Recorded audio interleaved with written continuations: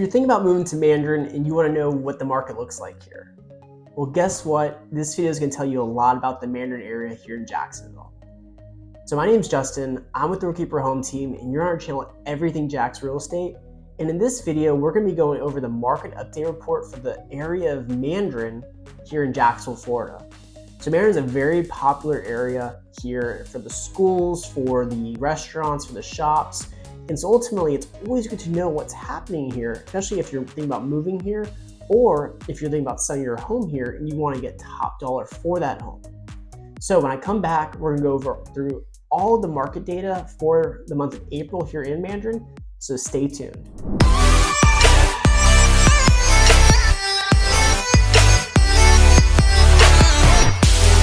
All right, time to go over the market day report for Mandarin.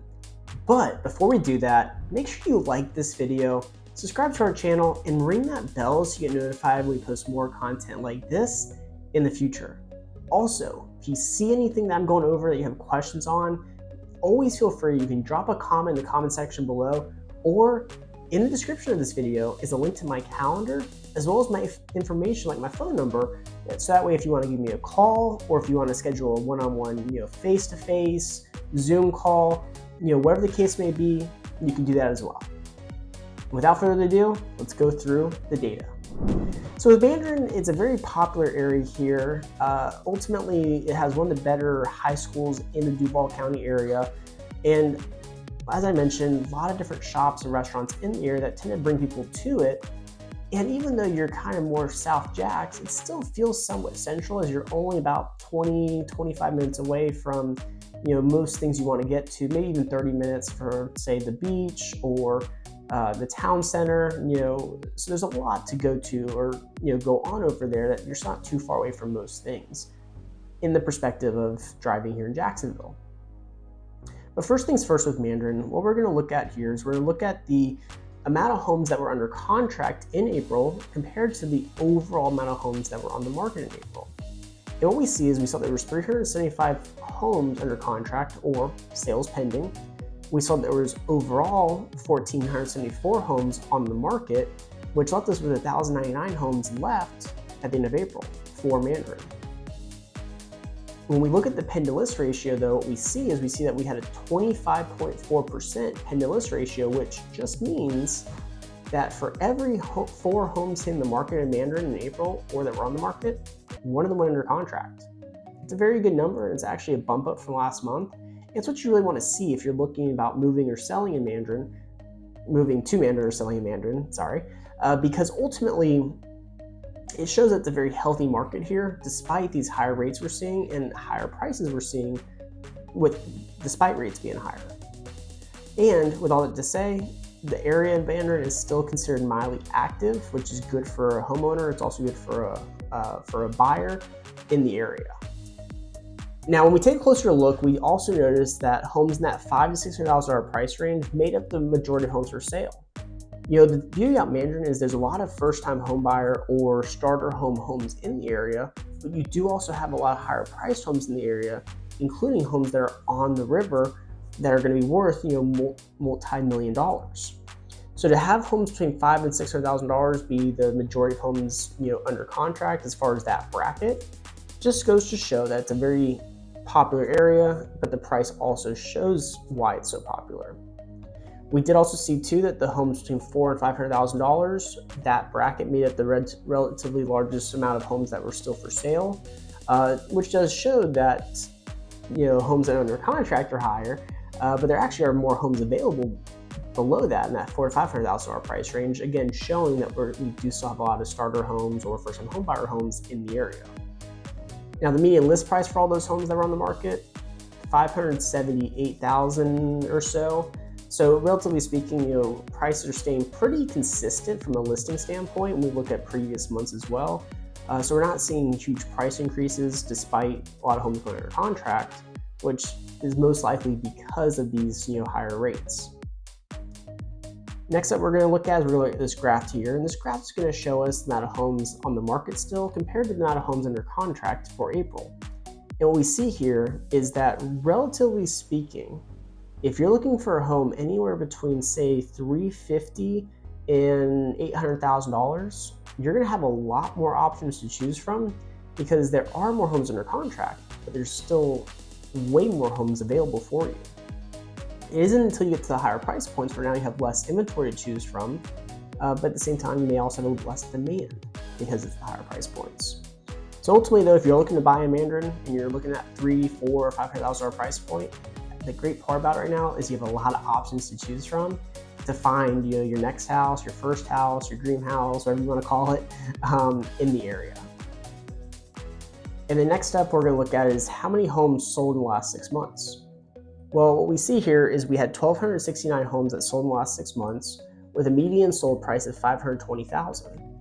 So what we're seeing is we are seeing that as we look up above, the median list price was $578,000, but the median sold price for the last 6 months is $520,000. So what that tells us is it tells us that sellers are still shooting high for their price, but for the ones that are selling, they actually are probably selling for a little bit less than that, as referenced with the $520 median sold price.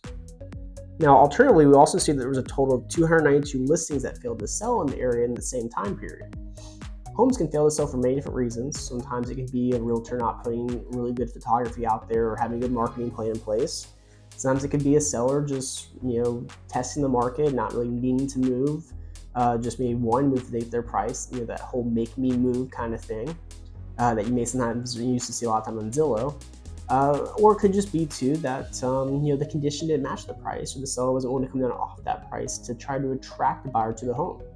So long story short, 292 listings failing to sell. It's something to keep an eye on, but ultimately we're not seeing a huge bump up or bump down month to month. However, if we did start to see that go to say like 300, 400, 500 homes failing to sell, that's when we would start to be a little bit concerned for the area, because now we're starting to see a trend there, and not the kind of trend you want to see if you're looking to sell or buy in Mandarin. As we continue to move forward, we're going to now look at the days on market for the area. And what we're going to start off with is we're going to look at the days on market for the active homes for sale. And for the active homes for sale, we see that the median time on market was 44 days. Obviously, there's going to be some that are less, there's going to be some that are more. We're looking at the median of that. And it just goes to show that a lot of these homes that are on the market longer may be homes that might be priced a little bit too high. Maybe eventually as they come down, they'll get contracts and they'll come off the market. But for right now, we are seeing that 44 days in the market kind of stick out to us because that's a little bit of a longer time. And so if you are looking to sell in Mandarin, you have to be understanding that you may be on the market for about a month and a half, maybe more. You could be less, but you want to make sure you always go into it with the mindset of, this is what I have to expect. And if it's less, great, but I don't want to assume it's going to be less. Now, when we compare that to the last 6 months of the homes that did sell, what we saw is that the homes that did sell in the last 6 months actually only had 37 days in the market. So guess what? If you do make some price changes, or if you do start a little bit less than what you're thinking of, or if you have a really good condition in your home, you probably won't be on the market as long as those ones that are still on the market, because you have things in your favor or things that you're working with to really maximize that buyer demand for your home. And then when we compare that to the last month of data, what we find is in the last month, the median price went up to $539,000 from $520,000, and the median days on market went down from 37 to 34. So we're starting to see a trend here. If you have your house sold, you're probably less days on the market than the ones that are still on the market. You're probably getting a higher price for your house than the last 6 months compared to the last month. And ultimately, you're doing all of this, in a way to where you're really maximizing both your days on market being less and your price being more. So what it shows us is the market is still very, very popular here in Mandarin. It shows us that for the homes that are selling, they are selling fairly quickly and for top dollar. And so ultimately, it just comes down to, okay, what does that top dollar look like for your house? And ultimately, how long you're willing to wait. That becomes a big piece of it. Now, we look at the median list to sales ratio for the area, we see that it's 99%. This just means that for every house that sold, for the area for April, it got relatively 99% of its asking price. So you could say, oh, that means that there's no room to negotiate as a buyer. But another way to look at it is, well, maybe sellers are actually just listing their homes for a more attractive number, so there's less room to have to negotiate now. And that's probably what we're seeing, is we're seeing sellers starting to understand the market's change. that the market has shifted, and that ultimately to get their home sold, they can't necessarily go as high as they would have wanted to, and that if they price their home appropriately up front, there isn't going to be a lot of room for a buyer to have to negotiate from there, and there's not going to be a lot of requirement for them to have to negotiate with a buyer. And then lastly, for Mandarin for the last 6 months, we do see the absorption rate, which is the amount of homes on the market and how many homes it would take, or how many months it would take for those homes to now be gone if no new homes hit the market. And that absorption rate we saw the last 6 months is actually 5.2 months of inventory. Now this is something that you want to pay attention to if you're watching this video. 5.2 months of inventory actually means that we're almost to a buyer's market in Mandarin. That's pretty big information, because that's something that we haven't seen in quite a long time. Now, the data supports that sellers are still getting a good price for their house and selling it fairly quickly, but if we keep seeing that absorption rate go up, it would not shock me to see prices potentially come down some, even if days on market don't come down. Because what that means that we have quite a bit of homes on the market that are still not selling, with not enough demand to buy all of them. So what does that mean? If you have too many homes to sell, if you have too much supply, what happens to that supply if the demand's not there? Supply comes down. So that's going to be something interesting to keep an eye on in the future for Mandarin, because ultimately, if supply keeps going up, at some point, the price can't keep going up or stay the same either. It's going to have to come down. So definitely that one's a key piece right there to keep it on as we move forward throughout the rest of this year.